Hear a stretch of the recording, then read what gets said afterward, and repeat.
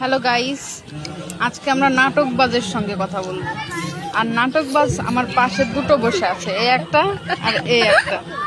আজকে আমি শুনবো সকাল 7টা থেকে রাত পর্যন্ত কতগুলি নাটক হয় আর কোন সময় কোন নাটক হয় আমি আজকে শুনবো। তা প্রথমেই শুনবো থেকে সকাল 7টা থেকে। সকাল 7টার দিকে কোন নাটক হয়? কুসুম। তারপরে 7:30, তুই আমার হিরো হয়। 8টা, এবার আমার মহালয়া। 8:30, 8:30 হলো আনন্দী।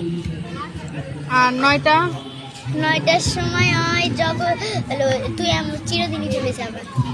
9:30, এরপরে হলো জগদ্ধাত্রী।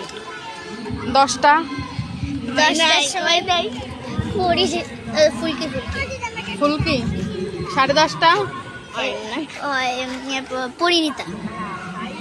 11টা, শ্রীকৃষ্ণ লীলা। 11টা ফুলকি। ফুলকি।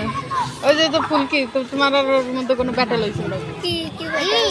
আমরা কি কোন নাইস করতে।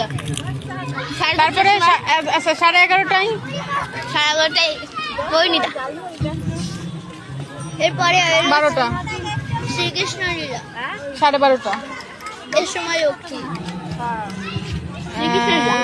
1টা, একটা চিরদিনই হ্যাঁ এসো মা লক্ষ্মী। এসো মা লক্ষ্মীর পরে 1টা, এরপরে তুই আমার হিরো। 2টা। ভুলে গেছো সকাল একটা। সব ভুল করতেছে বলতে, তাহলে কেমন নাটক বাজলো? আমি শুধু সকালে বলতে বল। আমি 7টার দিকে পারি। 1টা, একটা মা লক্ষ্মী। 1:30, মা লক্ষ্মী। 1:30, মা লক্ষ্মী। ও 1 ঘন্টা এক বেরো। ঘন্টায়। ও আচ্ছা।